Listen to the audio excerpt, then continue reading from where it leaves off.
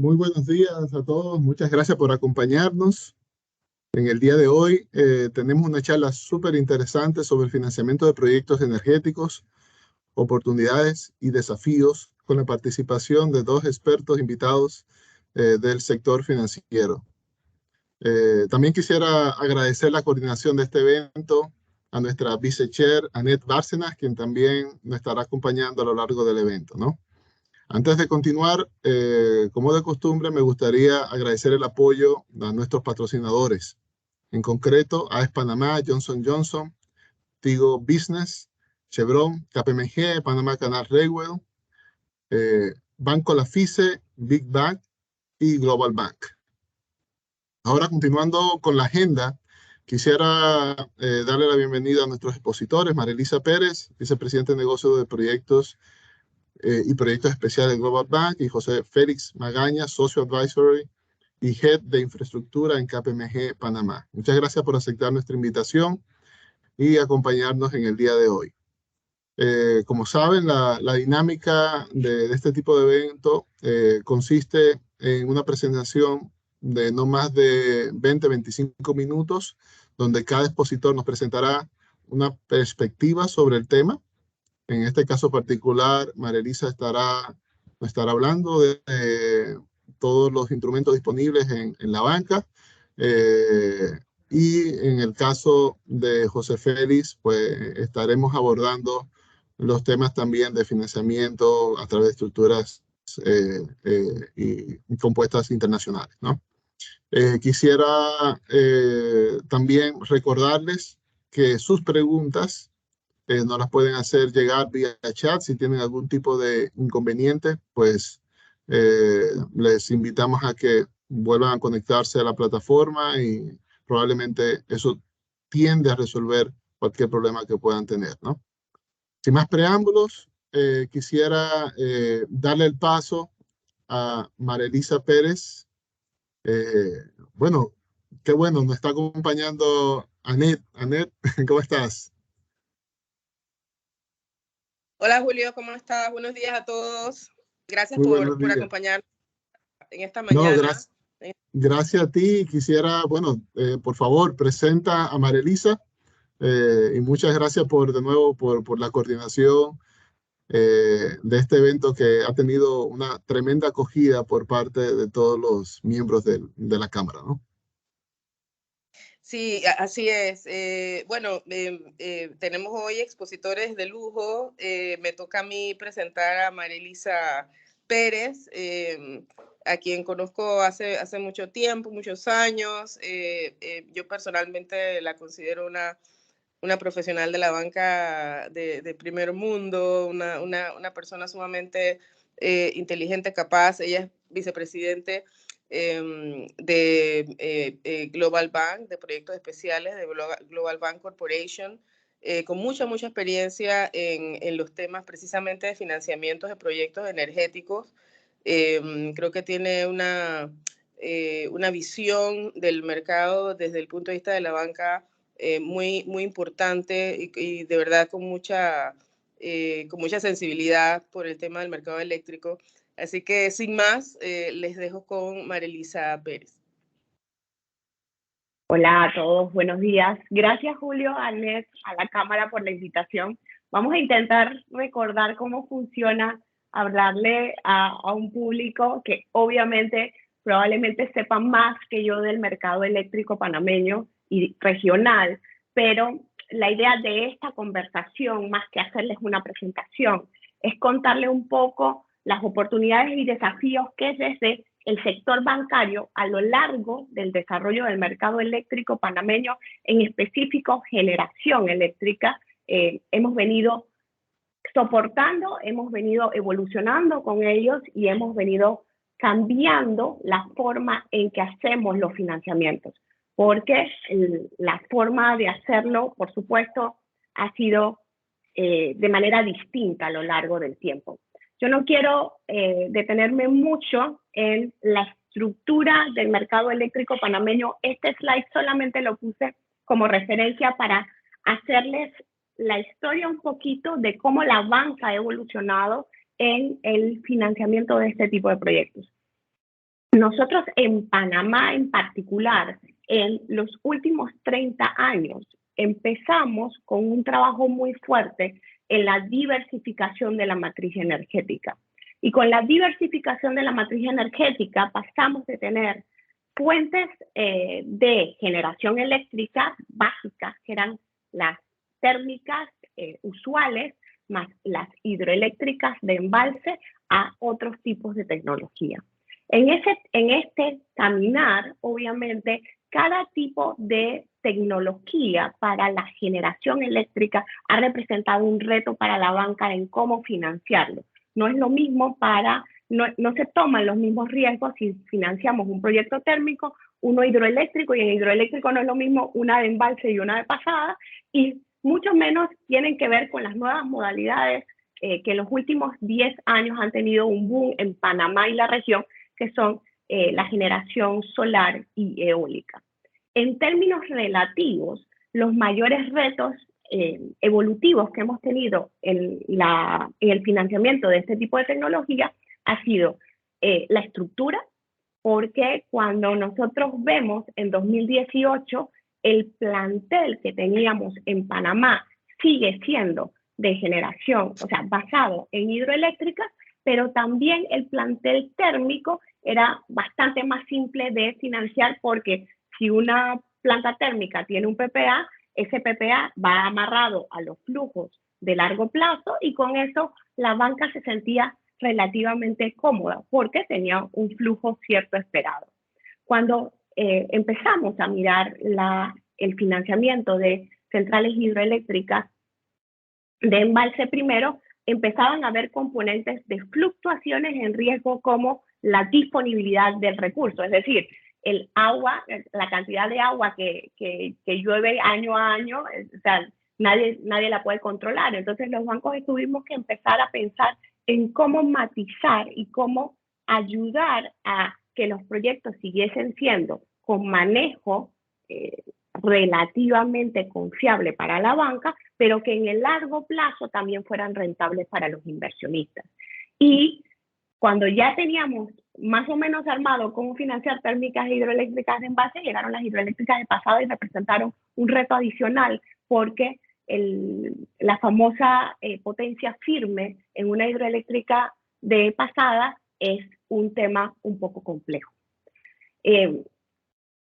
A lo largo de este caminar en términos de la generación, las realidades son que solar y eólico, más allá que el recurso que también está involucrado en estas dos tecnologías, en solar y eólico tenemos entonces una modificación en el paquete de garantías que estábamos acostumbrados a ver. Entonces, esta pequeña introducción es para decirles que, si bien es cierto, la generación eléctrica ha tenido una evolución, también lo ha tenido la forma en que ve la banca los financiamientos de este tipo de proyectos.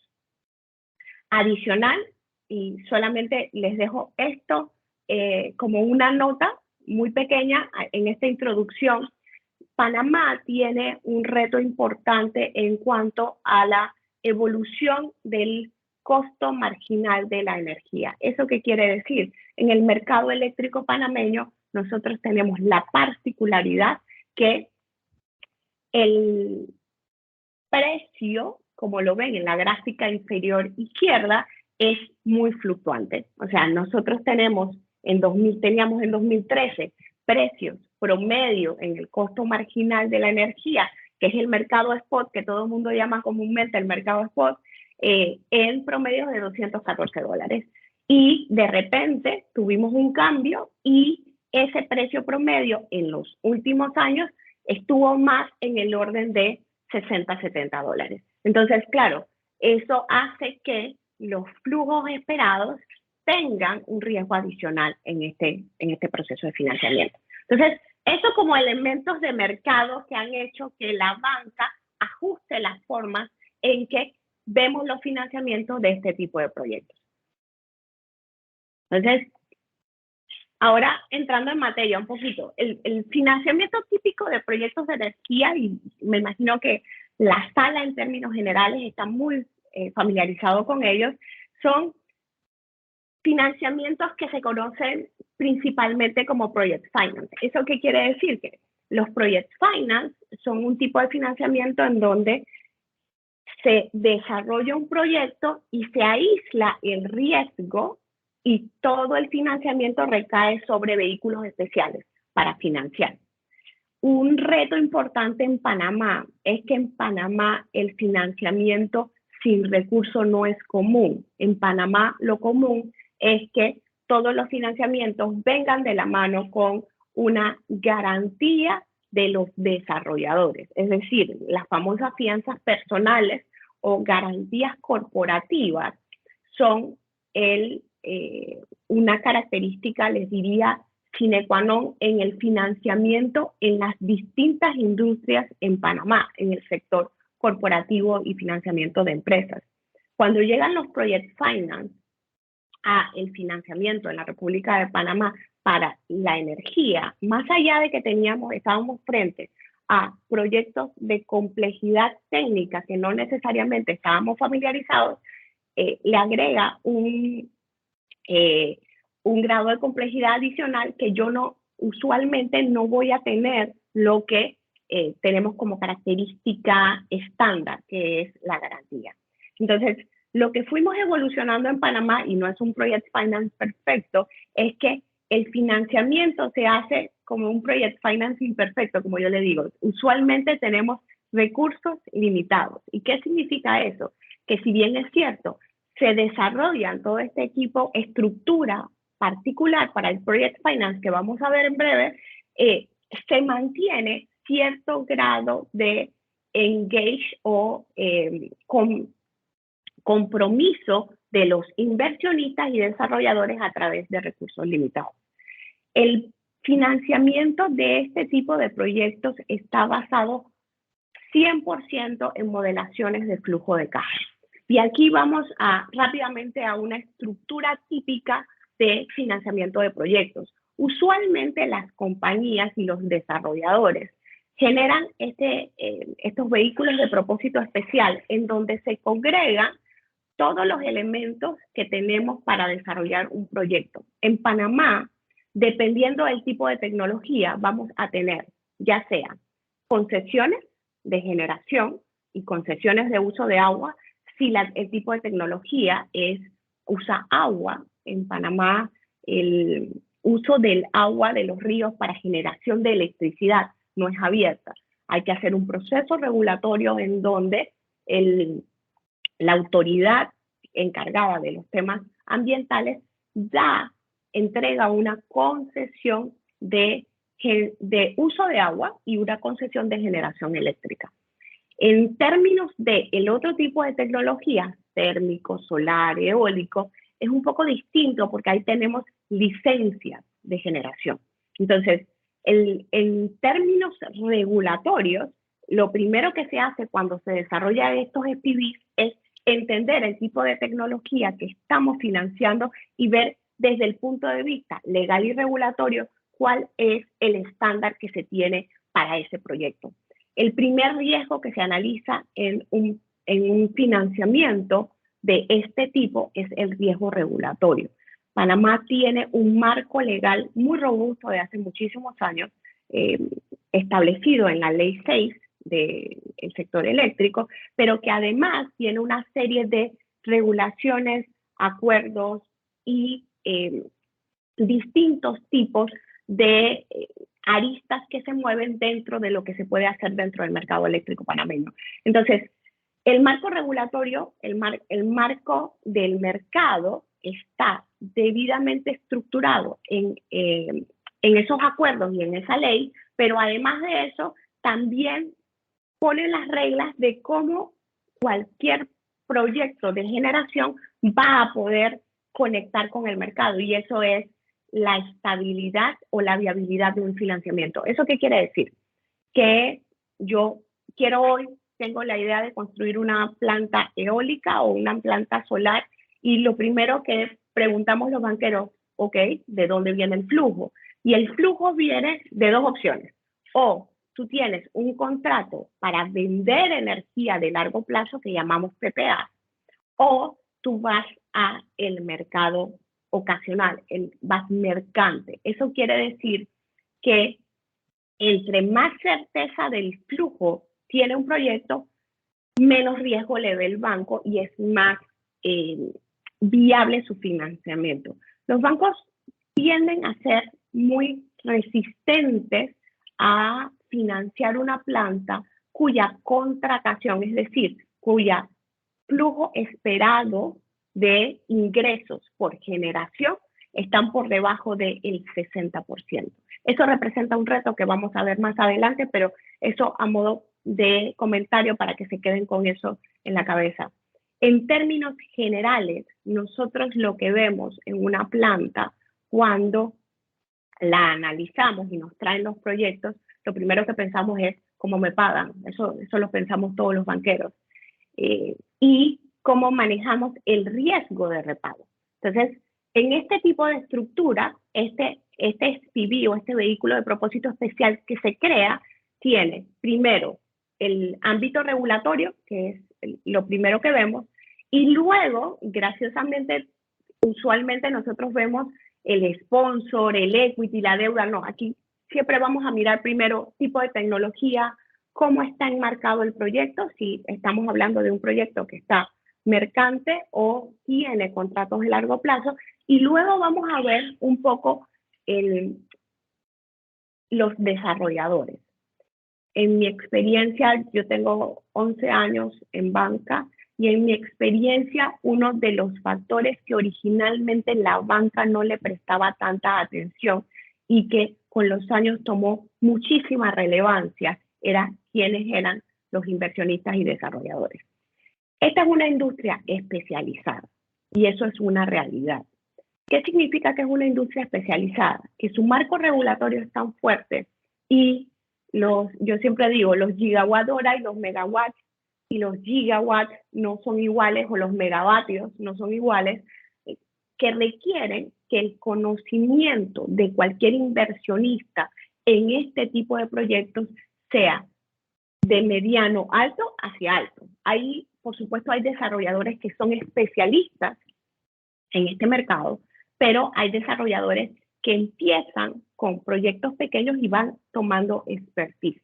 La banca originalmente pensaba que, ¿sabes qué? El inversionista es fuerte, tiene músculo, tiene flujo de caja eficiente, ha desarrollado exitosamente muchos negocios, y ese era el primer approach que se hacía en el análisis de inversionista. Hoy en día, creo que a nivel general, bancario, regional, lo primero que vemos es la experiencia en el sector, cuál es su conocimiento del sector, precisamente porque ahora cuando llegamos a las oportunidades y desafíos, vamos a contarles un poquito de las experiencias en financiamiento, que en la mayoría de los casos termina con un final feliz, pero no en todos los casos termina de esa manera. Y los bancos, lo que hacemos cuando estructuramos este tipo de transacciones es asegurarnos de que en los momentos felices todos estamos organizados, tenemos una estructura perfectamente que fluye perfectamente, pero si se complica la situación,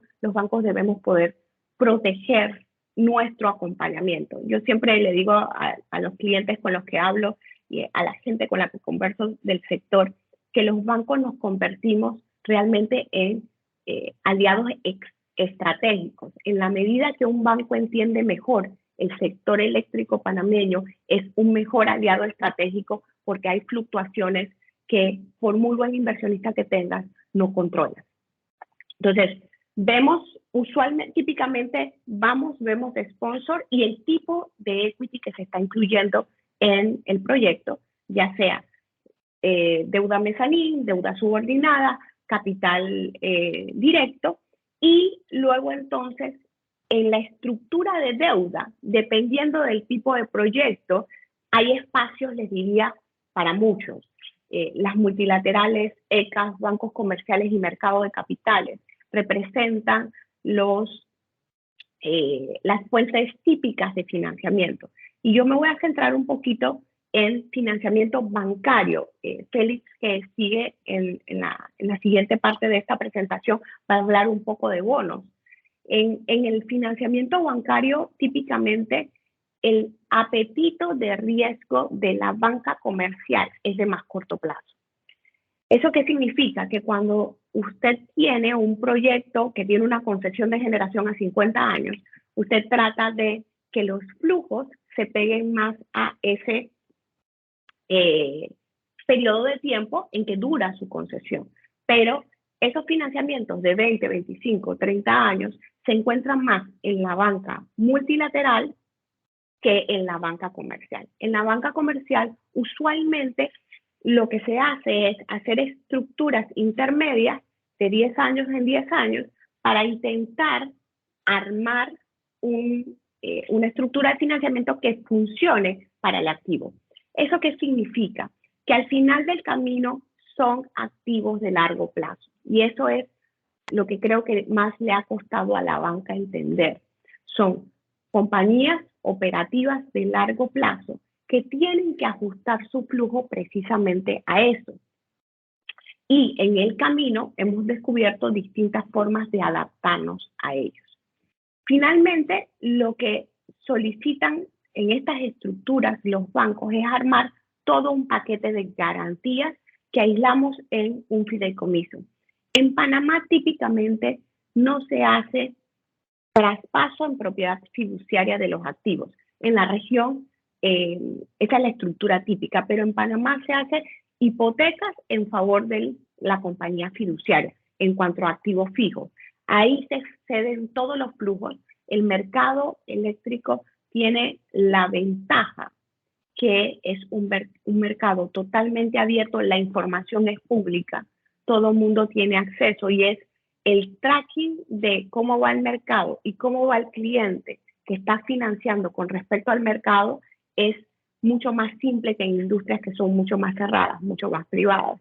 Entonces, en el paquete de garantía, al ceder los flujos, los activos, permite que el banco o el grupo de bancos, porque ahora vamos a hablar de tamaño, puedan controlar y manejar los riesgos que trae la estructura de ser un project finance, es decir, una estructura aislada de un sponsor muy fuerte. Aquí debo confesar que para ser políticamente correcta no voy a usar nombres de clientes, pero por ejemplo, en mi experiencia, un operador muy importante de energía en la región llega y me dice, mira, Maret, yo tengo un proyecto para financiar en Honduras. Riesgo país es algo que los bancos analizamos todos los días. Y yo le digo, wow, fantástico, me encanta el grupo, tú tienes la experiencia, el país es un poco complicado, pero si tú me das algún tipo de garantía corporativa, por supuesto. Y él me decía, no, yo quiero un project finance. Y ahí es donde llega el reto para los banqueros y decir, ok, a mí me gusta el grupo, me gusta el riesgo, no necesariamente me siento tan cómodo con el proyecto, pero yo tengo un operador de energía de muchísima trayectoria. Entonces, ahí es donde los bancos, y en términos generales el sistema bancario, va asimilando los riesgos y va pudiéndolos manejar en el tiempo. Yo creo que un paréntesis importante es que las multilaterales han venido a llenar un espacio que la banca comercial muchas veces no tomamos el riesgo originalmente. Las multilaterales realmente tienen una misión del desarrollo de proyectos que tengan un enfoque de contribuir con el desarrollo de los países. Entonces, eso permite que ellos tengan una visión adicional del proyecto, que quiere decir cómo esto impacta positivamente en el país. Al final del camino, la banca comercial muchas veces entra de la mano con la banca multilateral, y eso es lo que he visto en los últimos años, o la banca multilateral hace el corto plazo y usualmente el take-out de largo plazo lo toma la banca comercial. Hasta aquí entonces, esto es típico en un financiamiento. Quisiera hablar rapidito de características. La mayoría de las personas que están en el comité, por supuesto, que saben esto, pero Típicamente para la banca comercial, el financiamiento va a oscilar entre el 70 y el 80% del costo total del proyecto. Y las coberturas de flujo van a estar esculpidas dependiendo de en qué momento del proyecto está. Tomen nota que es interesante porque durante el periodo de construcción de estos proyectos no tiene flujo. Entonces, es literalmente el aporte de equity de los inversionistas, de los accionistas, y la inyección de deuda que se le ponga al proyecto. Entonces, las coberturas originalmente se esculpen, teóricamente hablando. Recordemos que uno de los retos que tienen los proyectos de generación eléctrica es que tú haces todas estas modelaciones teóricas de cuál va a ser el recurso de viento, de realmente cuáles son las probabilidades o en un escenario ideal, cuánta energía puedo producir si el río trae X cantidad de agua, qué pasa cuando hay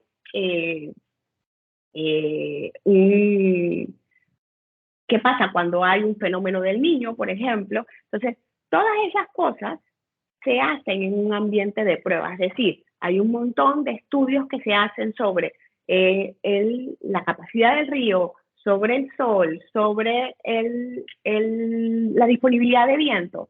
En térmicos es mucho más simple porque obviamente es combustible. Y eso representa otra forma de análisis, pero lo que les quiero decir es que nosotros cuando financiamos un proyecto, lo que termina pasando es que originalmente todo es teórico. Cuando termina el proyecto de construirse, entonces vamos a lo que yo llamo ajustes operativos.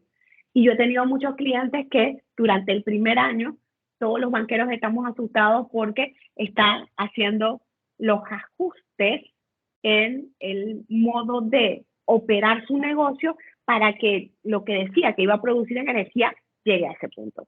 Entonces, las coberturas se hacen primero teóricas y son esculpidas originalmente y luego en operación entran otros tipos de cobertura. En tasas de interés, y esto es algo que todo el mundo pregunta, Mare, plazo y tasa, ¿qué da la banca en Panamá? Tradicionalmente el costo de fondos en Panamá era muy bajo por los últimos 10 años. Y en el último año y medio, yo no les tengo que contar, creo que todos lo saben, cómo ha ido escalando ese costo de fondo en Panamá para la banca local. Es un fenómeno mundial, pero en la banca local lo notas más porque cuando tú has hecho todo un proceso para que el proyecto tenga licencia, tenga la concesión, etcétera, etcétera, y llega el momento de presentarlo al banco, en los ambientes de tasas hoy probablemente la rentabilidad sea un poco más ajustada. En términos de las realidades de los proyectos, nosotros lo que vemos es al final del camino que si el inversionista va a poner un dinero para construir un proyecto, las rentabilidades tienen que estar por encima de el retorno mínimo esperado, sino con el costo de fondos actuales se convierte en un proyecto muy difícil de financiar. En términos de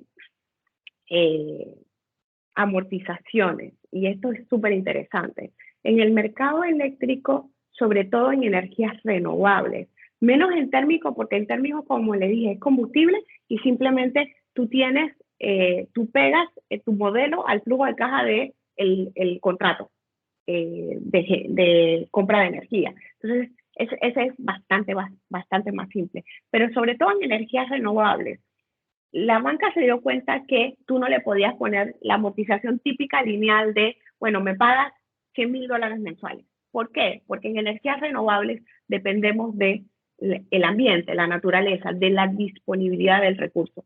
Entonces, aprendimos a hacer,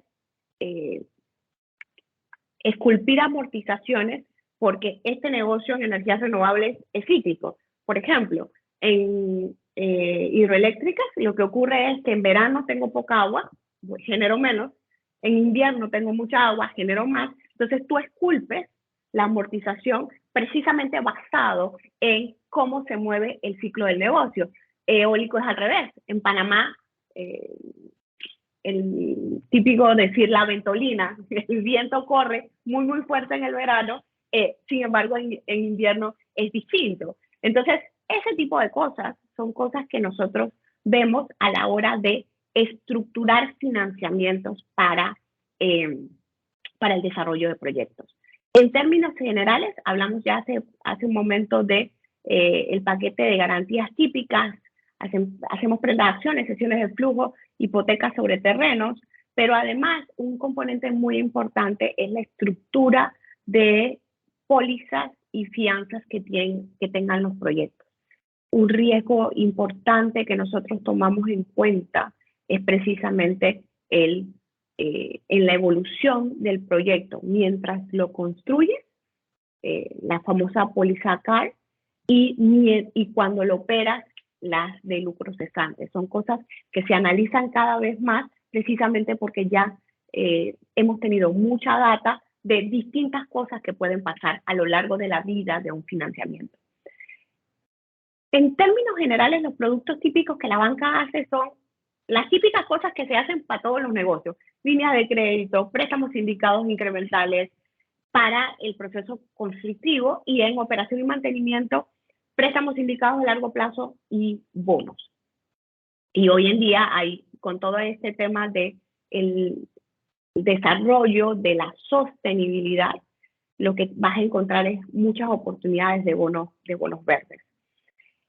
Importante hasta aquí comentarles que un proyecto de energía en Panamá usualmente el financiamiento es a través de préstamos o líneas sindicadas. Los bancos en la plaza y en la región siempre van a preferir ir de la mano con un banco que tenga mucha experiencia en estructuración, es decir, que conozca el sector eléctrico de manera profunda y que pueda ayudarlos a caminar. Y el banco que estructura siempre va a preferir traer a alguien que lo ayude a diversificar su riesgo. Entonces, típicamente en Panamá y la región, y no solamente por tamaño, ojo, porque los proyectos son proyectos grandes, típicamente lo que vemos son préstamos sindicados. No quiero pasar aquí rapidito, y Julio, tú me tocas la campana o me mandas un mensaje cuando ya llevo 15 minutos para saber que tengo que apresurar. Marilisa, tomo tu palabra para decirte que 10 minutos más, ¿puede ser? Dale, sí, ya te estoy terminando. Ok, gracias. Entonces, análisis de riesgo. ¿Qué hacemos? ¿Qué vemos en este tipo de proyectos? Riesgo de precio. ¿Recuerdan la primera gráfica que les puse de cómo fluctúa el precio del mercado ocasional en Panamá? Eso es algo que le genera mucha incertidumbre a la banca, sobre todo porque la predictibilidad del precio del mercado ocasional se ha convertido casi en un ejercicio de Nostradamus para la banca. En términos generales, y a mí que me toca hacer análisis constantes del mercado eléctrico, yo les digo que yo todos los días me levanto y digo, ok, ¿cuál es el precio hoy? Y un mes después me siento y digo, ¿cómo cambió tan rápido? Y hay teorías, hay razones, pero siempre hay una fluctuación abrupta del precio en los últimos años, y eso le ha generado muchísima incertidumbre a la banca. Eso quiere decir que el apetito de la banca para plantas mercantes es mucho menor, precisamente por la fluctuación de precio. Riesgo contraparte, en Panamá originalmente los proyectos tenían el financiamiento conectado a PPA. La banca financiaba proyectos 100% contratados. No importa si fuera térmico, no importa el tipo de tecnología, la banca financiaba proyectos contratados. Con la evolución del mercado y el 100% de contratación de las distribuidoras eléctricas, en Panamá tenemos 2 compañías que tienen las 3 concesiones de distribución, ENSA y Naturgy. Entonces, los inversionistas empezaron a ver nuevas oportunidades de PPA, ya sea con grandes clientes, con grandes superficies, o inclusive empezaron a traer opciones a los bancos en donde le dicen, mira, mi contratación es con clientes privados AAA, pero mi contratación es 50%. Entonces empieza una negociación para intentar entender cómo mitigar estos riesgos. El del aumento de costos financieros ya conversamos, del riesgo regulatorio. Yo les diría que en términos generales la ley 6 como ley ha sido muy estable, pero el marco adicional a la ley 6 sí ha tenido modificaciones en el tiempo. Cada vez que tenemos una modificación, y yo recuerdo claramente cuando, por ejemplo, hace algunos años atrás dijeron, mira, no damos más concesiones de generación, y algunas que ya habían dado se suspendieron. Entonces, eso genera que la banca tome con pinzas cada movimiento regulatorio para intentar entender cómo impacta en los financiamientos. A nivel de riesgos ambientales, ESG, los bancos en Panamá, en realidad, a diferencia de la región, los movimientos en contra de tecnologías distintas a eólico y solar han sido relativamente fuertes. Distintos a la región porque Nicaragua, Honduras, Guatemala han tenido movimientos mucho más agresivos en contra del desarrollo de proyectos térmicos e hídricos, pero Panamá no está para esa realidad. Entonces, los bancos, ¿cómo hemos logrado manejar esto? Literalmente, cuando empezamos este negocio, nosotros no traíamos consultores ambientales para ver cómo impactaba el proyecto en el entorno. Hoy en día los bancos, si es un proyecto nuevo, todos vamos a traer consultores ambientales, sociales, para ver el impacto, para entender. Porque originalmente los bancos decíamos, no, pero si eso tiene un estudio de impacto ambiental categoría 3 aprobado, ¿cuál va a ser el ser? Porque vamos a tener un tema. Pero con el tiempo evolucionamos y entendimos que no solamente es importante tener el estudio de impacto ambiental categoría 3 aprobado, sino entender cómo son las dinámicas con las comunidades. Y finalmente los riesgos operativos, porque creo que todos los banqueros en Panamá recordamos cuando hay un accidente en una planta y como están, las de pasado usualmente están en cascada en el mismo río, bueno, se daña una, tenemos problemas para la generación en las otras. Finalmente, hablarles un poquito de las oportunidades y desafíos de este tipo de financiamientos y de cómo la banca puede apoyar en este tipo de financiamientos. Oportunidades, la diversificación de la matriz de generación nos sigue generando oportunidades para financiar nuevos proyectos. Hoy en día la banca aprendió a financiar térmico, aprendió a desfinanciar hidroeléctrico. Nos ha costado un poco evolucionar a financiar eólico y solar, pero lo estamos logrando. Y el siguiente step creo que es eficiencia energética, que eso es para otra charla definitivamente, pero los bancos estamos dando los pasos sólidos para seguir siendo los aliados estratégicos del sector en el desarrollo de este tipo de proyectos. El análisis e implementación de nuevas modalidades de contratación. El mercado dijo, estamos sobrecontratados en PPA con las distribuidoras, grandes clientes privados trajo una solución y nos brindó una oportunidad para seguir apoyando.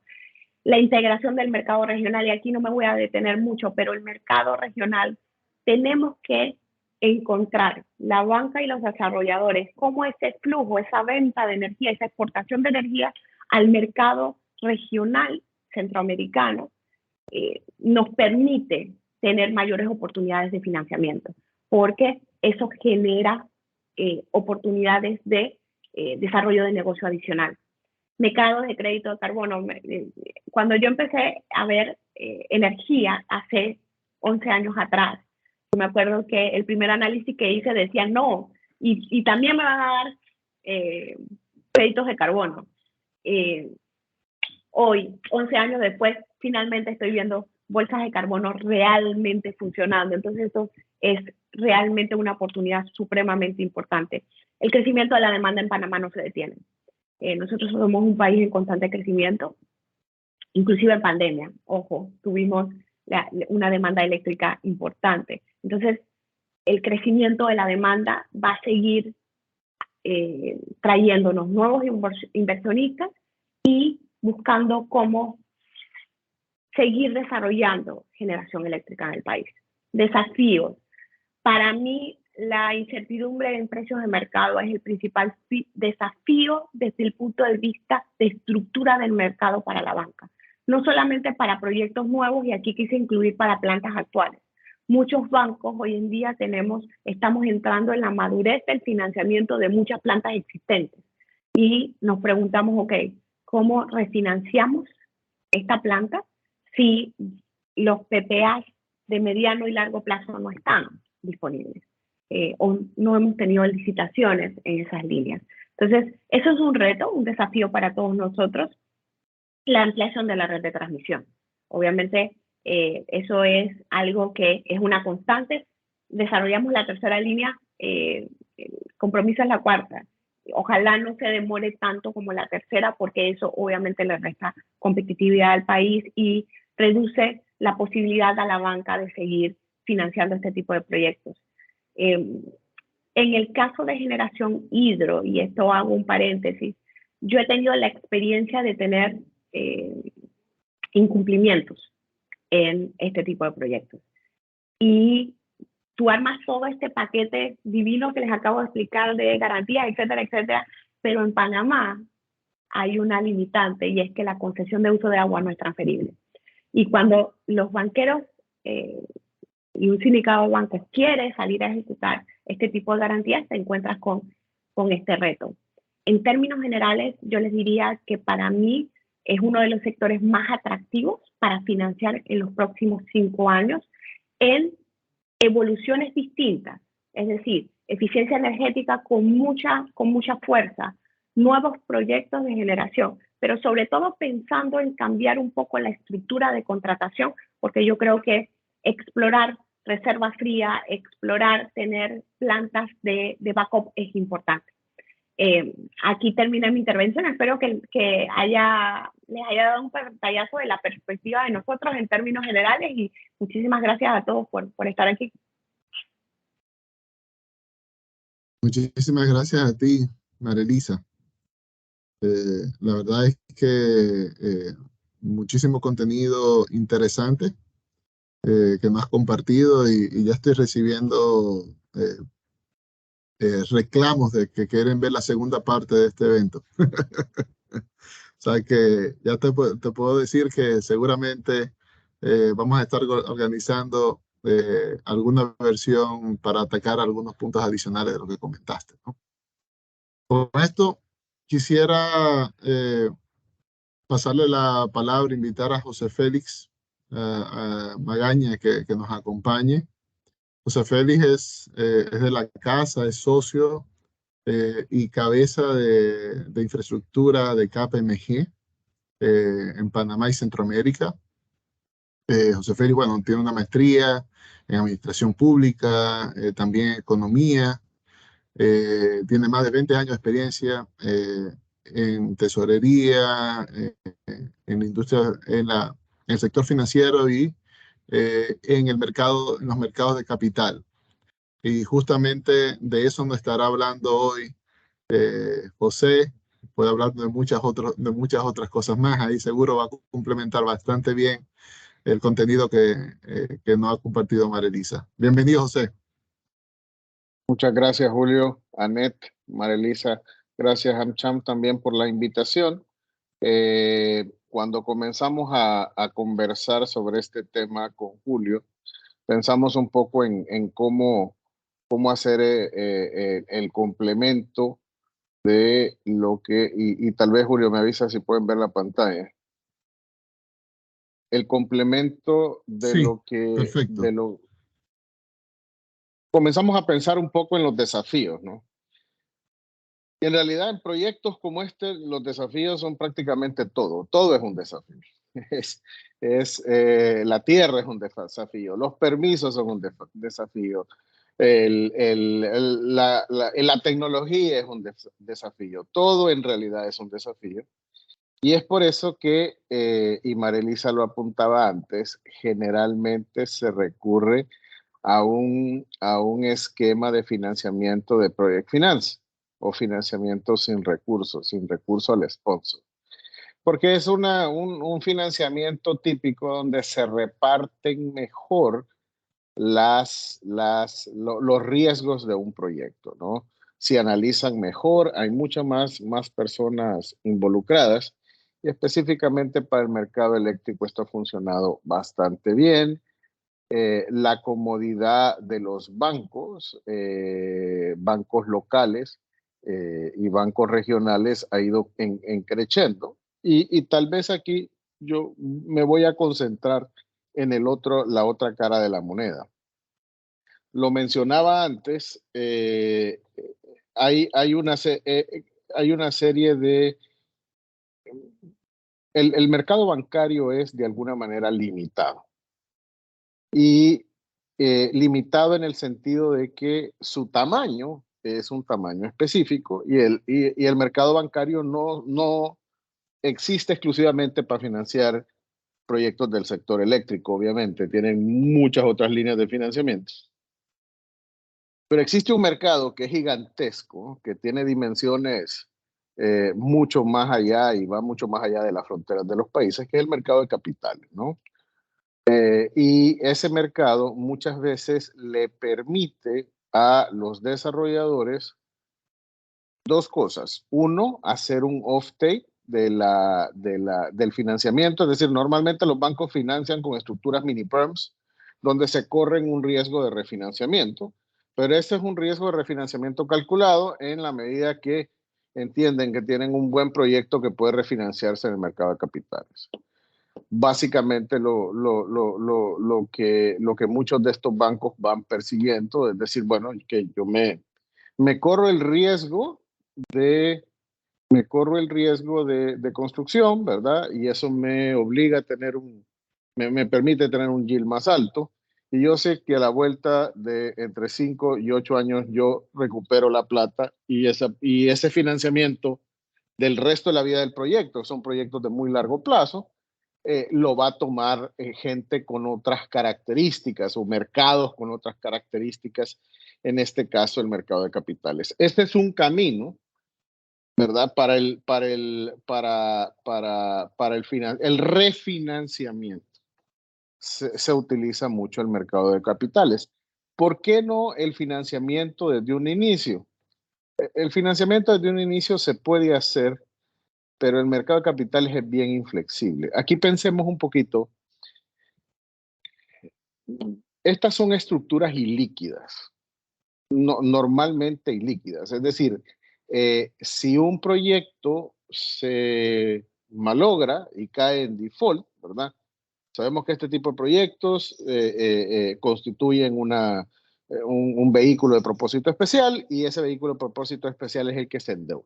Ahí los bancos ponen su financiamiento y los sponsors ponen su equity. Y con eso se construye el proyecto. El dueño del proyecto es efectivamente un vehículo de propósito especial, específico para este proyecto. ¿Qué pasa si el proyecto se malogra? Bueno, los bancos ejercen sus stepping rights y luego tienen que vender los activos y tratar de recuperar lo más que se puede.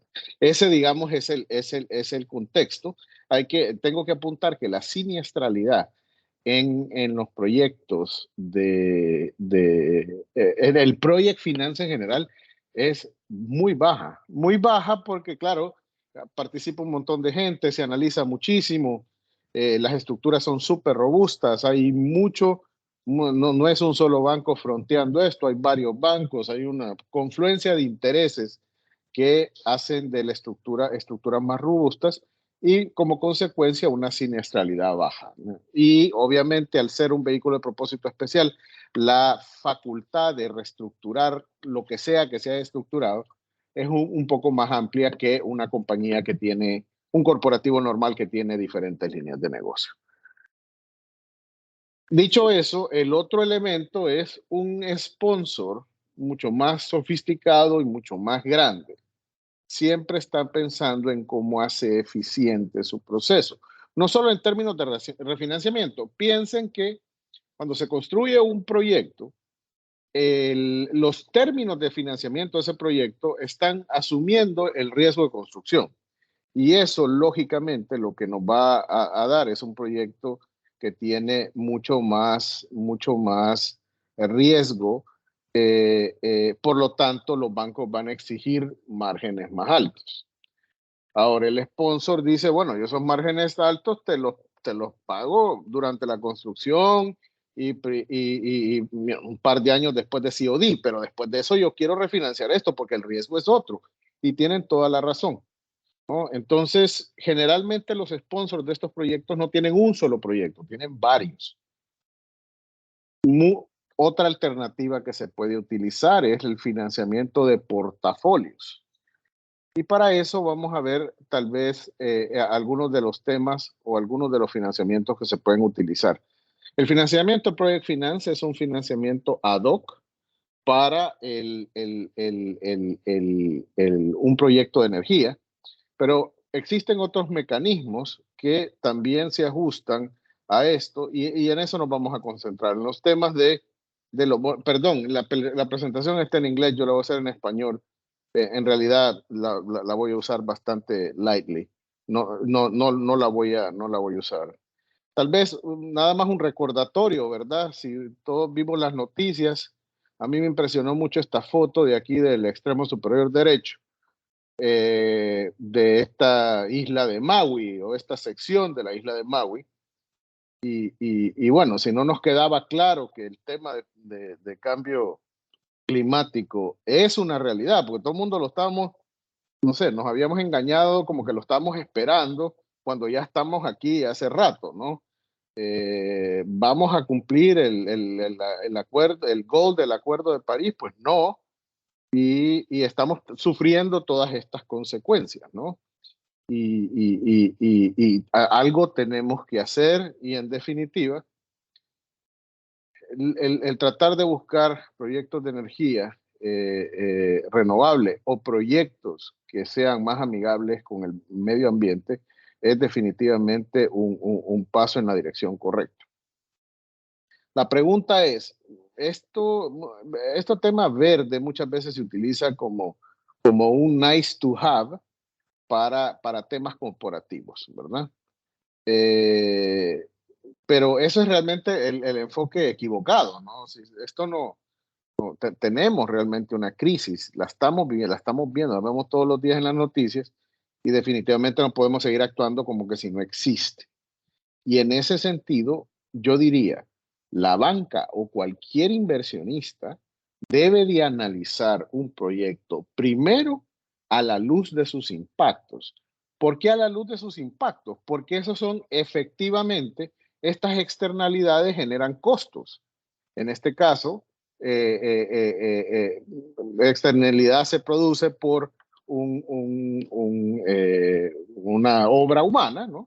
Y se genera un costo en términos ambientales, en términos sociales, que alguien tiene que pagar. O sea, se acabó el tiempo donde decía, bueno, a mí no me importa, yo destruyo el bosque manglar, le paso una carretera encima y la verdad no pasa nada, pues nadie dice nada y el ecosistema sí sufrió, pero ese no, ni siquiera pienso en eso. Obviamente, un proyecto con las características como la describí, no se puede volver a financiar y no creo que haya nadie que lo financie o que obtengan algún permiso.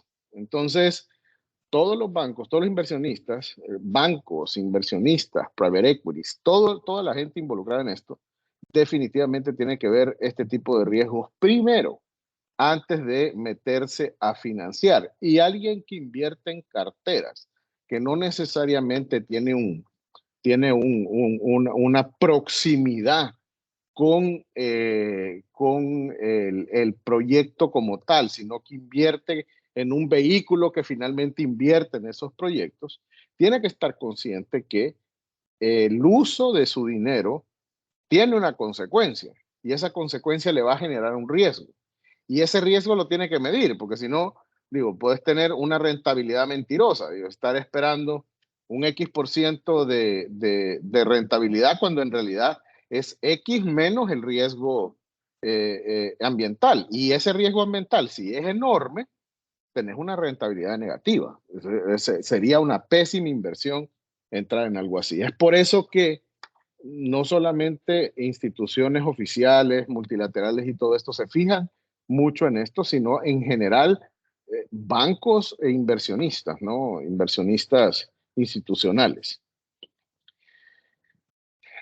Tal vez para hacer como un análisis de qué es lo que hay por ahí. Hay diferentes tipos de aproximaciones. Yo escogí dos que a mí me parecen interesantes. Entonces tienes estos bonos temáticos donde tienes un montón de tipos, ¿verdad? Green bonds, social bonds, blue bonds, etcétera bonds, ¿no? Aquí lo cual es fantástico, pues porque de alguna manera esto puede ser que solamente sea un tag, pero crea, digamos, este awareness entre el público inversionista de que existen estos bonos en los cuales se puede invertir directamente en un propósito especial. Y eso nos lleva a los Sustainability Linked Bonds. Esto es para una compañía setear un objetivo específico, es decir, por ejemplo, reducir su huella de carbono o volverse carbono neutral, que se constituye como un KPI en la estrategia de la compañía que se debe cumplir, y en virtud de ese compromiso, que en este caso yo he escogido me gusta mucho este que emitió H&M, en virtud de ese compromiso se puede generar un bono, ¿verdad? Y ese bono generalmente tiene algunas características especiales que son beneficiosas, no solo en términos de que es un tema, invertir es un tema sostenible, sino que al final se transfieren algunos beneficios hacia el emisor a raíz de adoptar ese compromiso. Bonos verdes, sociales y sostenibles. Tal vez, y aquí estamos empezando aquí en el mercado eléctrico. El mercado eléctrico en realidad va mucho más allá de solamente decir voy a financiar una planta, ¿verdad? El mercado eléctrico, estamos hablando de la solución la solución eléctrica de los edificios, del alumbrado público, del transporte. No es algo exclusivo específicamente de un proyecto de financiamiento de generación eléctrica. Y no necesariamente un proyecto de generación hidroeléctrico, por ejemplo, es un proyecto verde. Puede ser que sea el peor proyecto. Yo lamentablemente me tocó vivir un par de experiencias, no malas, pésimas, con hidroeléctricas, ¿verdad? Al punto de que para el sector privado, en el banco donde yo trabajaba antes, dejamos de financiar 100% los proyectos hidroeléctricos porque se volvieron una pesadilla, ¿verdad? Sobre todo una pesadilla social. Entonces, bueno, no todo lo que parece verde es verde, y tenemos que hacer el trabajo, ¿no? Hacer el análisis para efectos de estar seguro de lo que estamos haciendo. Y dentro de eso tenemos una serie de mecanismos que nos permiten financiar y tal vez demos un paso hacia atrás y pensemos en los que van a comprar esos bonos. ¿Por qué? ¿Por qué voy a hacer esto? Bueno, hay diversidad de cosas, pero yo diría la más básica es que un proyecto un proyecto que se financie con un bono verde ha pasado por un proceso de escrutinio de riesgos ambientales y sociales importante. Y eso a mí como inversionista me importa mucho, porque al final eso es un riesgo que yo cuando lo compre lo voy a asumir, ¿no? Entonces,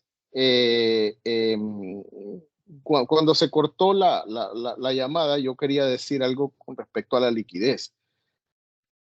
En un inicio estos proyectos son ilíquidos, pero los bonos permiten darle liquidez a estos proyectos, es decir, que esto se pueda transar en el mercado, se desmaterialice y se pueda habilitar.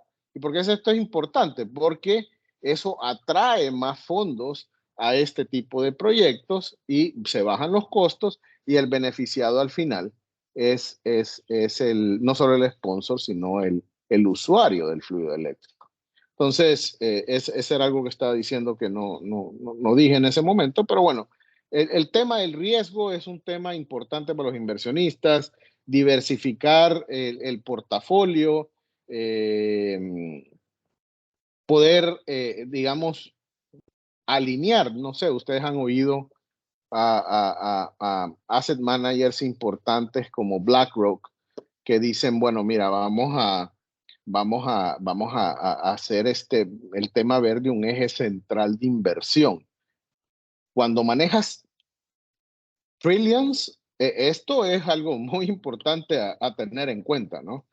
Y ese es un tema que los inversionistas cada vez se van comprometiendo más por diferentes razones, no solamente por un tema de verde y conciencia corporativa, sino porque realmente entienden que este es un proceso que tenemos que enfrentar, ¿no? Así que ese proceso, si seguimos actuando como si no está pasando, pues bueno, nos va a pasar lo que nos está pasando, se está quemando todo, yo no sé si vieron las noticias esta mañana, una región del norte de Canadá que se llama Yellowknife, que por lo menos en mi cabeza era uno de los lugares más fríos del planeta y está siendo asolado por un incendio muy fuerte y están evacuando esos pueblos del noroeste de Canadá, que esto es de alguna manera impensable, ¿no? Pero eso es lo que está sucediendo.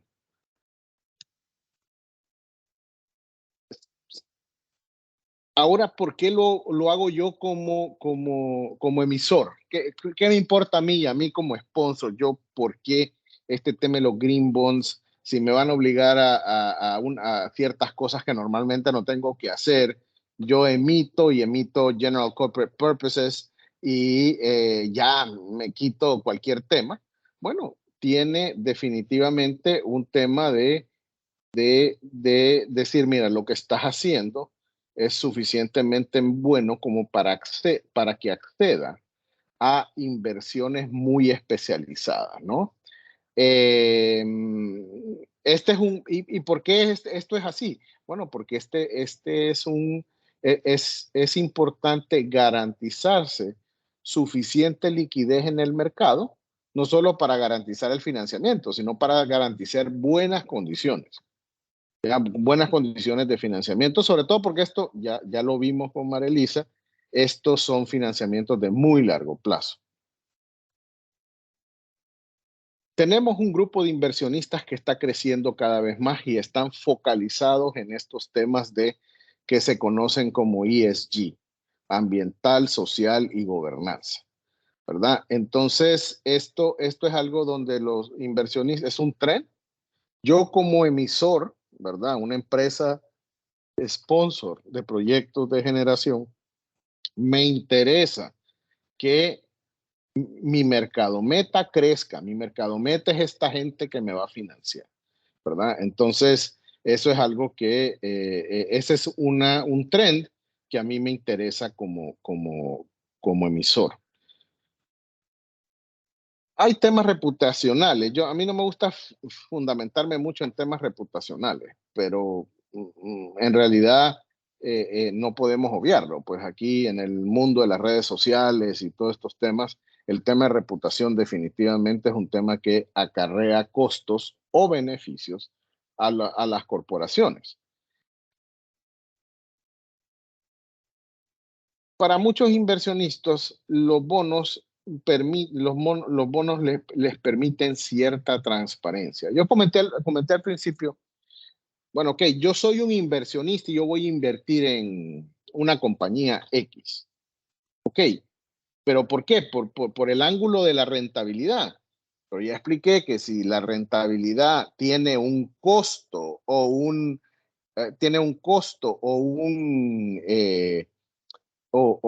una externalidad que al final voy a terminar pagando en términos de sufrir un riesgo específico ambiental o social, entonces en realidad no estoy viendo toda la película. Y esa parte de transparencia es algo importante que aportan, digamos, los bonos, ¿verdad? Pero bueno, ¿cuáles son los desafíos, no? Esta charla se trata de desafíos. Nuevamente hablé de verde, que no todo lo que parece verde es verde, ¿no? Cuando vemos algunos estadios, vemos esa grama perfectamente verde, pero en realidad es una alfombra. Entonces, esto no es necesario. Todo lo que parece verde no necesariamente es verde. Así que esa ambigüedad de calificar algo verde requiere de ciertos estándares. Y esos estándares existen y ya los vamos a conversar. Sin embargo, entender los estándares, lamentablemente yo tengo muchos años en esto, más de los que quisiera admitir, y vi los primeros bonos de carbono transarse en Latinoamérica. Tuve la oportunidad de producir y utilizar los primeros bonos de carbono que se trazaron en Centroamérica. Y bueno, se ha caminado desde esos inicios tan humildes, pero no tanto, ¿verdad? Están las cosas, las normativas se están creando hasta ahora o imponiendo hasta ahora. Y eso de alguna manera ha retrasado el mercado de offset. Dicho esto, también quiero reconocer que el mercado voluntario en términos de carbono está creciendo muchísimo. ¿Por qué? Porque industrias como las líneas aéreas están utilizando este esquema de offset. No sé si ustedes se dan cuenta que cuando compran sus boletos, por ahí dice, mira, tu huella de carbono es tanto y la puedes offset de esta manera, ¿no? Y cada vez vamos a ver cosas en ese sentido. Pero ese offsetting lo está proporcionando alguien que está limpiando lo que tú manchaste, ¿no? Digo, al final esa externalidad la está pagando alguien. La estás pagando tú si tú decides hacer el offset. Pero generalmente ese offsetting es voy a poner un ejemplo muy, muy sencillo, algún bosque que se está preservando y cuidando, que digamos hace un balance. Entonces, yo no sé quiénes han escuchado que Panamá es de los pocos, y los pocos creo que hay 2, nada más en el mundo, países que son carbono neutral. Y eso es una fuente de orgullo para todos los que vivimos en Panamá y sobre todo para los panameños. Pero no hicimos nada para eso, ¿verdad? Eso está así, es un status quo. Ahora nos toca que cuidar ese carbono neutral, ¿no? Porque no creamos que esto va a estar ahí para siempre, pues las ciudades crecen, ponemos asfalto en las vías, hacemos una serie de cosas donde el crecimiento poblacional limita biodiversidad o la elimina. Y bueno, hay todos estos temas que también se tiene que ver. En cada caso, los guidelines para emitir un bono verde no son clean cut. No es que tú, a ver, refiéreme a una página. Les refiero a una página. Aquí no puse el link. Bueno, ojalá pudieras cambiárselos, pero existe el ICMA. Muchos de ustedes habrán oído hablar de ICMA, International Capital Markets Association, que es ellos han trabajado por buena parte de los últimos yo diría 6, 7 años, y han venido con unos guidelines en razón de tratar de fomentar este tipo de estructura. Y esos guidelines básicamente tienen 4 componentes centrales. ¿Para qué vas a usar la plata? ¿Cómo es el proceso de selección, de evaluación y selección de un proyecto? ¿Cómo se va a administrar las inversiones del bono verde? ¿Y cuáles son las obligaciones de reportar de aquel que emita un bono verde? Esas son las 4 dimensiones principales de estos guidelines que en este caso el ICMA ha puesto allá afuera, ¿no? Una emisión, el dinero que se levanta con un bono verde no se puede usar para otra cosa. Es para eso específicamente. Es para lo que dijimos que íbamos a hacer.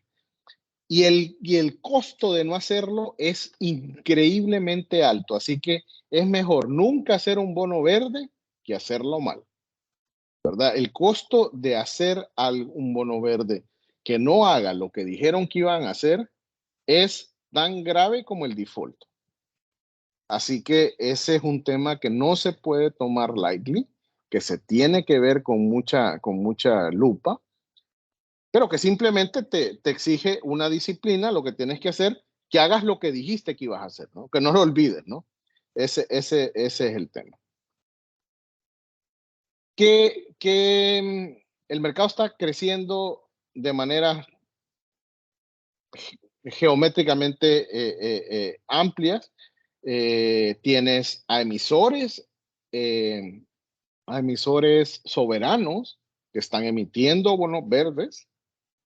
Tienes a muchos corporativos, a muchos inversionistas institucionales que están dedicando portafolios y cantidades de dinero impresionantes, dedicadas exclusivamente a vender estos bonos verdes, a comprar estos bonos verdes, y eso ha generado que se comiencen a ver algunos índices que puedes transar también en el mercado, como el MCI Green Index Fund, que lo puedes transar como bono, y puedes hacer contratos de opciones sobre el bono, o sobre el índice, y esto, claro, esto le da mucha liquidez porque un índice obviamente está basado sobre los subyacentes que lo componen. Hay muchos gobiernos que están dándole soporte a estos mercados de bonos verdes, y muchas bolsas de valores están creando, digamos, los mecanismos que permiten habilitar y facilitar el que los bonos verdes estén disponibles para que el mercado retail, que somos todos nosotros, podamos también acceder a esos bonos. Dentro de eso hay muchas evoluciones interesantes, y hay una que a mí particularmente me gusta bastante, que está tratando de darle liquidez adicional al mercado voluntario de crédito de carbono. Y es que hay una compañía que está agarrando los créditos de carbono y los está tokenizando. Ya está emitiendo una moneda como el Bitcoin, que creo que se llama Climate Coin. Y de esa manera, lo que hay detrás del Climate Coin no es como Bitcoin, ¿no? En Bitcoin, lo que hay detrás de Bitcoin es no, nada. Pero lo que hay, este Climate Coin tiene es como un asset-backed security, que lo que tiene detrás son certificados de carbono que están backing y que tienen un precio y que se transan en una bolsa, ¿ya? Entonces, todos estos mecanismos están aportando liquidez a un mercado, y ese mercado está creciendo. Entonces, vamos a ver cuánto esto ha estado creciendo mucho más. Aquí esto es una línea de tiempo hasta el 2017, ¿verdad? Donde se emitieron 155.000 millones en bonos verdes. Y del 2017 para acá, el año 2022, se emitieron 487.000 millones de dólares en bonos verdes. O sea, el crecimiento es exponencial. Y aquí estamos comprobando de que ese appealing para emisores y para inversionistas definitivamente está teniendo una muy buena atracción, ¿no? Si ves, esto no es muy viejo, ¿no? Si vemos en 2007, creo que fue el Banco Europeo de Inversiones el primero que emitió en el 2007 un bono verde. Y básicamente ese bono verde lo compraron un par de institucionales. Y eso sí ha venido en el tiempo, y aquí pongo un poco las evoluciones, ¿verdad? Ha venido en el tiempo creciendo y ahora pues se ha multiplicado. Incluso del 2017 para acá estamos hablando de que se triplicó la cifra, ¿no? De emisiones en bonos verdes, y tenemos emisiones en bonos verdes en Centroamérica inclusive, en Panamá. Así que esto es un tren que tenemos que ver con buenos ojos, ¿verdad? Esto es un poquito más del crecimiento. Aquí son ejemplos de bonos. Agarré multilaterales porque era tal vez lo más fácil o lo que más cerca tuve, pero hay diferentes tipos de bonos, ¿no? En este sentido, todos los multilaterales se fondean con esto. Hay algunos interesantes, por ejemplo, Cabey se fondeó con un bono que utilizó exclusivamente para la adquisición de vacunas para Centroamérica. Entonces, ese para un mercado específico durante la pandemia es un bono social, porque el producto de el use of proceeds tenía un tema social detrás, ¿no? Y bueno, pues yo creo que no tengo que hacer mucho más puntual sobre el crecimiento. Este es un mecanismo que ya existe, que se puede utilizar, que los sponsors están buscando cada vez más como un recurso viable y que un mecanismo de negociación a la hora de negociar con un banco, ¿no? Y el banco que está negociando, que está financiando ese riesgo de construcción, se siente más cómodo porque sabe que existe este supermercado ahí afuera de bonos verdes donde el riesgo de refinanciamiento se reduce sustancialmente, ¿no? Hay alguna serie de consideraciones, como digo, lo más importante es entender que existen ciertos principios que se tienen que respetar, ciertas obligaciones de reporting que se tienen que, no es porque yo diga que es verde, lamentablemente eso no funciona a mí, alguien más tiene que certificar que esto sea verde y bueno, así generar un mecanismo transparente. Hay una serie de formas como esto se puede hacer, es decir, yo necesito buscar una segunda opinión. Nuevamente, no soy yo el que lo tiene que decir, alguien más lo tiene que decir o atestar, ¿verdad? Donde yo estoy buscando que un third party assurance, más que alguien que emita una opinión. Tal vez yo creo que en aras del tiempo ya llegamos al final. Yo lo voy a dejar aquí, Julio, ¿verdad? Tengo algunas otras cosas, pero pienso que por temas del tiempo mejor lo cortamos así vemos algunas preguntas. Muchas gracias, José, por tu intervención. Muy interesante todo lo relacionado con la evolución de los bonos verdes, el papel que juegan hoy. Creo que con la crisis climática que estamos viviendo, pues son temas que van a estar cada vez más el día a día, ¿no? Del financiamiento internacional. Bueno, estamos ahora entrando en la fase de preguntas y respuestas. Pueden hacer sus preguntas en el chat. Aquí ya veo que hay una que creo que José habló un poco de los riesgos ESG. Tal vez se la dirijo a María Elisa para que nos lo responda tal vez desde el punto de vista de la banca. La pregunta es, ¿cómo están manejando los riesgos ESG en los proyectos, dados los cambios climáticos e impactos sociales? Mira, en términos generales, obviamente la banca está más abocada al financiamiento de proyectos renovables. Pero eso no quiere decir que nosotros no somos conscientes que una matriz de riesgo saludable en cualquier país incluye generación térmica. Con lo cual, nosotros somos muy responsables a la hora de entender cuáles son. Y yo siempre me río porque la gente dice, no, es que hay energía térmica limpia. No, hay energía térmica en donde uno controla los impactos en el medio y en la sociedad.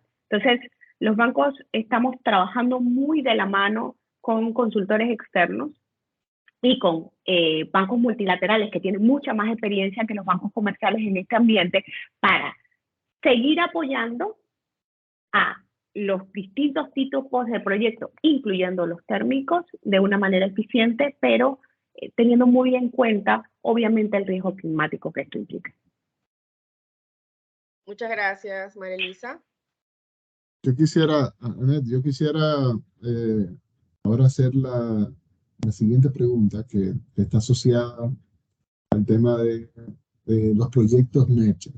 ¿Es posible financiar proyectos Merchant? Tú bien mencionaste, María Elisa, sobre un 60% como vamos a decir, un floor típico que se encuentra en la industria. Sin embargo, es una pregunta recurrente, obviamente, y lo hago desde el punto de vista del financiamiento inicial del proyecto, como tal, o como también un posible refinanciamiento, para que también José, si puede también incorporarse, nos dé su opinión. Cuéntanos, ¿qué consideraciones hay que tener para hacer viable un proyecto Merchant y si es viable actualmente, ¿no? Mira, yo te diría, y mi primera reacción, o sea, sentándome en comités de créditos de banco y conversando con muchos colegas es, o sea, es muy complicado. Pero, ojo, y esto es una opinión personal, yo sí creo que son financiables en la medida que tengamos la combinación correcta del mitigante de riesgo de fluctuación de precios. ¿Eso qué quiere decir?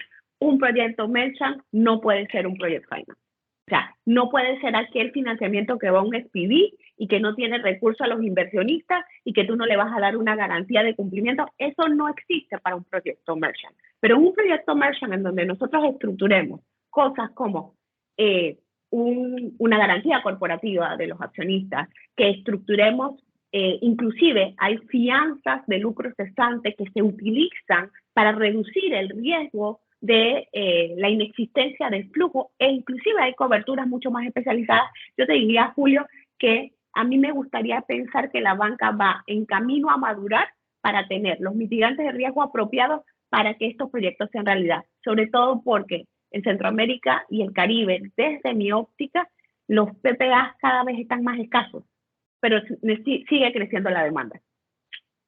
Claro. Sí, y quizá complementar ahí un poco, otra de las preocupaciones que probablemente existen, María Elisa, son los plazos, ¿no? Porque los PPA, si bien hoy igual existen y van a continuar existiendo en la industria, la pregunta es que los plazos probablemente se van a cortar, entonces vas a tener que financiar proyectos con plazos mucho más cortos. ¿Qué se está viendo para resolver ese tema? Mira, en términos generales, yo te diría que aquí lo que hoy en día entiende la banca es que los financiamientos van a migrar a financiamientos de 5 a 7 años con volumen muy altos modelados a 30 a 40 años. Yo creo que eso ha sido asimilado. En la medida en que la banca logre cambiar la mentalidad, te voy a poner un ejemplo muy rápido y muy sencillo.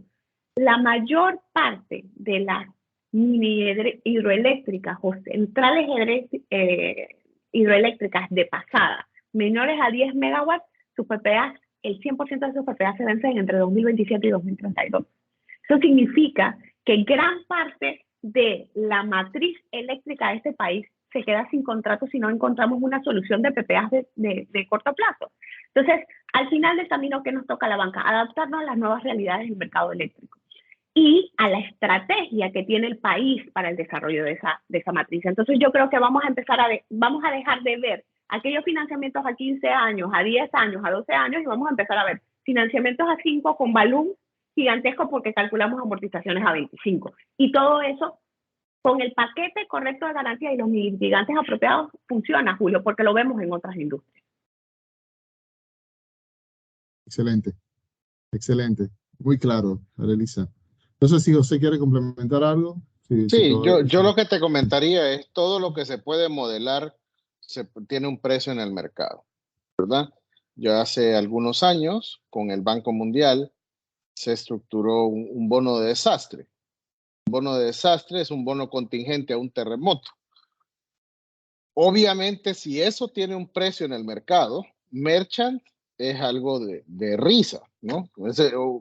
Porque es fácil de poder modelarlo y ese stream de proyección tiene un rating, ¿ya? Todo tiene un rating, digo, al final un PPA, dependiendo de quién sea, puede ser en términos de los bonistas, puede ser un triple B, y un merchant puede ser un B+. ¿Me entiendes? Entonces, en ese sentido, sí, el gran tema con este tipo de cosas para el mercado de capitales es el size. El size mínimo, pero ultra mínimo para financiar mercado de capital es $300 millones. Esos son muchísimos megavatios. Así que bueno, ese es el challenge está más por el size que por otras cosas, pues, pero lo ves en algunos países donde sí se han logrado concretar.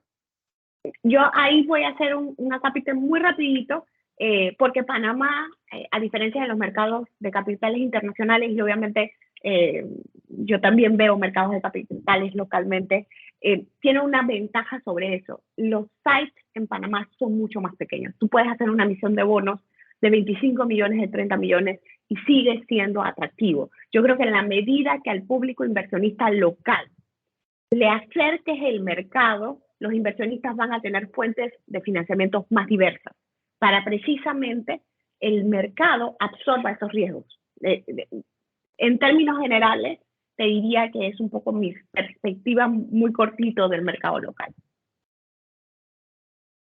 Muy claro.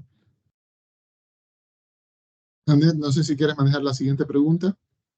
Sí, Marelisa, y yo sé que esta es una pregunta un poco, digamos, nebulosa porque requiere como la bola mágica, ¿no? Pero digo, un poco ya sabiendo cómo ha sido el comportamiento en la parte regulatoria, pues, de Panamá como país, en su trato al inversionista, tal vez ya ustedes han identificado cosas que a nivel regulatorio pudieran, digamos, hacer más atractivo el mercado de financiamientos, bueno, bancario o el mercado de capitales de estos proyectos. ¿Qué han visto ustedes en ese aspecto que pudiera, pues, ser valioso considerar, evaluar para una propuesta, digamos, de modificación?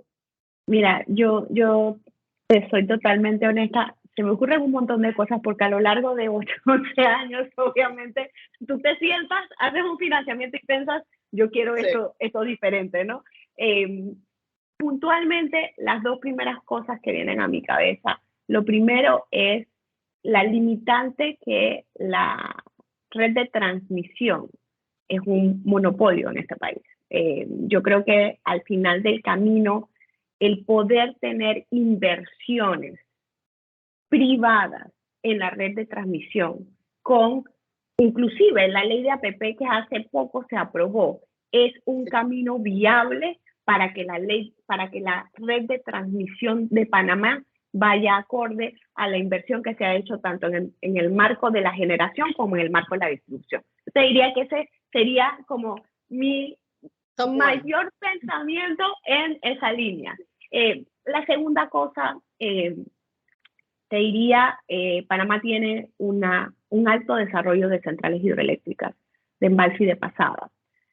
Para los bancos, en la medida que hemos ido madurando los financiamientos, nos hemos encontrado con el gran problema que significa que un proyecto lamentablemente caiga en incumplimiento y que tú te encuentres con que, ok, quiero liquidar el activo para recuperar parte de la inversión que hizo el banco, porque no pensemos en el banco como un prestamista, es literalmente el socio estratégico que desarrolla todos estos proyectos. Entonces, nosotros como socios estratégicos queremos recobrar parte de la inversión que hicimos en creer en el proyecto, y nos encontramos con que, claro, cuando tú tienes un evento de incumplimiento, no quieres traerte los potenciales liabilities o incumplimientos que tiene la sociedad asociada al proyecto. Pero lamentablemente en generación hidroeléctrica eso no es posible, dado que la concesión de uso de agua no es transferible. Entonces, esa concesión de uso de agua, al no ser transferible, nos genera riesgos que me preguntaba Cristóbal, y estaba viendo una pregunta, ¿cómo lo mitigas? Hoy en día no hemos encontrado un mitigante. La realidad es que vivimos con ese entorno como está y tratamos de maniobrar en la medida que se dan esos escenarios. Sí, eso es un buen punto, Mare, y creo que tal vez de los dos temas, ese es el que más fácilmente podría ser resuelto porque es tan sencillo como cambiar una norma. Literal. Así que, pero bueno, es interesante cómo la banca lo ve y definitivamente para los momentos de caos, de crisis, ¿no? Que lamentablemente a veces llegan, y sí ayudaría mucho a todo el proceso, ¿no? Sabes que para complementar ahí, y hay una pregunta que está asociada al tema de financiamiento de proyectos de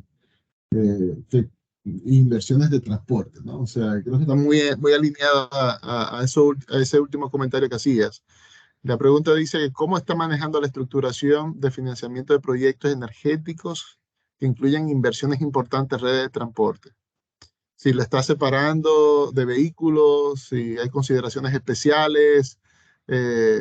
Definitivamente hay Cuéntanos. consideraciones especiales porque les comentaba, o sea, aquí la transmisión es exclusivamente de la empresa de transmisión eléctrica de Endesa. Entonces, claro, cuando un proyecto se quiere desarrollar, tienes inversionistas, tienes los bancos comprometidos, tienes todo el desarrollo del proyecto y te sientas y dices, oh, wow, me faltan 20 kilómetros de línea de transmisión para llegar a la subestación para poder conectar el proyecto al grid.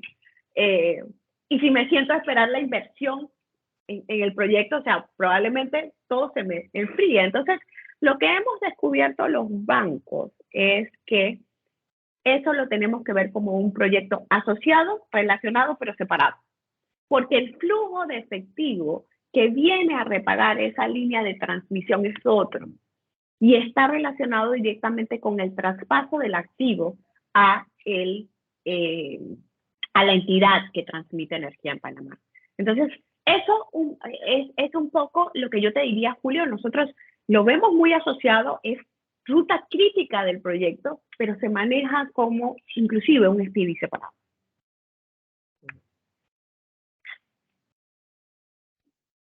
Julio, estás en mute.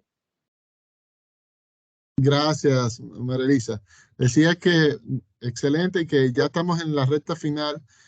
Por temas de tiempo vamos a limitar a 2 preguntas adicionales. No sé, Anet, si quieres tomar la siguiente. Sí, Marisa, ¿cuál ha sido la experiencia de la banca? Yo sé que el tema de tierras, ¿no? Para el financiamiento de proyectos hidroeléctricos, sobre todo, se vuelve un tema bastante complejo, sobre todo porque muchas de esas tierras en las áreas de lo que era reforma agraria y otros regímenes de derecho posesorio, toca esperar trámites de titulación de tierras y tal. ¿Cuál ha sido la experiencia de la banca y si ha habido, no sé, mitigantes, cosas que han encontrado para un poco apoyar al promotor en esos aspectos? Mira, te voy a decir una cosa. La banca entendió que la tierra es importante, pero no tan importante como garantía cuando empezamos a financiar eólicos y solar. Voy a partir de ese hecho. Porque allá no se compran los terrenos, sino que allá se alquilan, ¿no? Entonces es un modelo distinto. Ahí la banca empezó a cambiar el mindset de que no necesariamente la garantía de bien inmueble es importante. Sin embargo, en centrales hidroeléctricas la historia es distinta. ¿Por qué? Porque tú necesitas inundar un montón de kilómetros y metros cuadrados de tierra para poder generar energía. Yo creo que en el tiempo los bancos hemos ido apoyando y de la mano. Yo honestamente siempre he creído que la banca tiene un rol importantísimo en el desarrollo de proyectos porque no es un mero espectador. Nosotros no prestamos la plata, nosotros somos parte del proyecto. Y literalmente las conversaciones que ha tenido la banca con los reguladores, con los transmisores, con las distribuidoras, con el engranaje total del mercado eléctrico panameño, ha permitido que esos procesos se aceleren, ha permitido que se entienda que no es que es el terreno del derecho posesorio, no, es simplemente un terreno que necesita ser canalizado para que el banco mitigue riesgo. Y yo creo que eso ha sido importante. Gracias, Marelisa. Excelente. Bueno, voy a hacer rendir las preguntas. Esta última pregunta voy a hacer dos preguntas en una para tratar de, y bueno, para ambos, José también. Nos están preguntando sobre qué alternativas existen para financiamiento de proyectos de generación descentralizada, ¿no? Y hacen referencia a rooftop, proyectos residenciales, C&I, comerciales. Esa es una pregunta. ¿Qué alternativa hay por ahí? ¿Cuál es el apetito de la banca o los instrumentos que existen? Y otra bastante interesante que Cristóbal está haciendo, que está asociado a si ha tenido la banca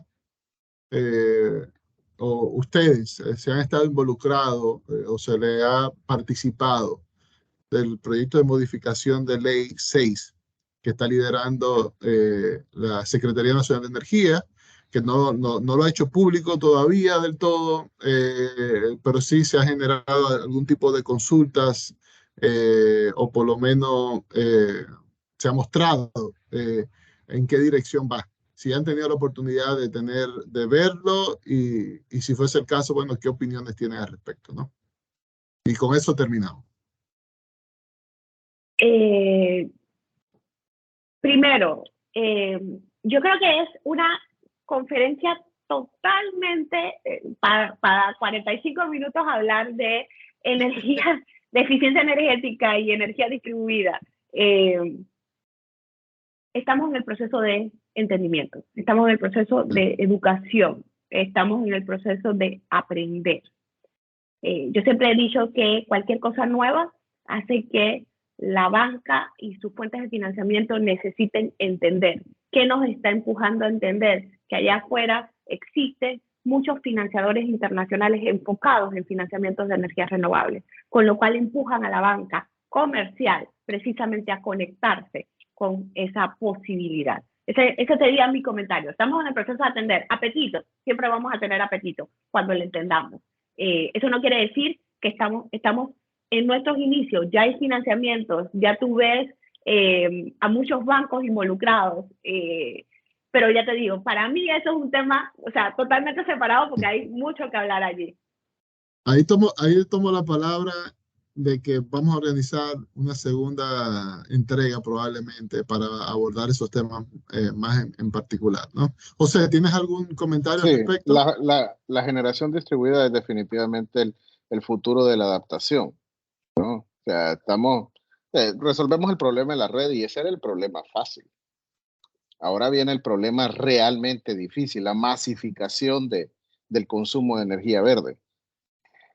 ¿Qué es lo que se está haciendo ahorita? Creo que los bancos multilaterales están portando líneas de crédito. Me parece que todavía muy tímidas. Yo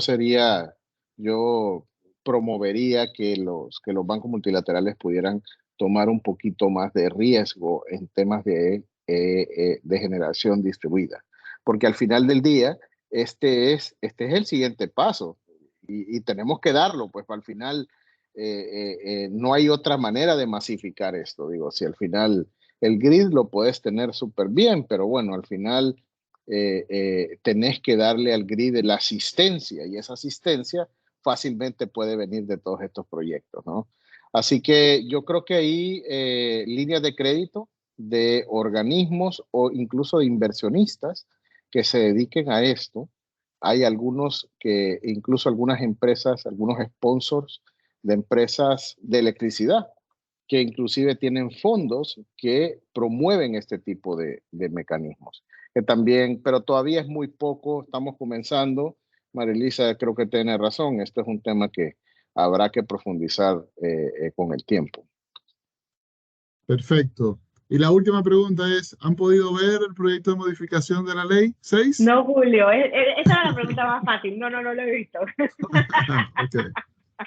Interesante, interesante. Yo creo que es bueno que todos los sectores puedan de alguna forma aportar, ¿no? Para que ese proyecto de ley sea lo más robusto posible, ¿no?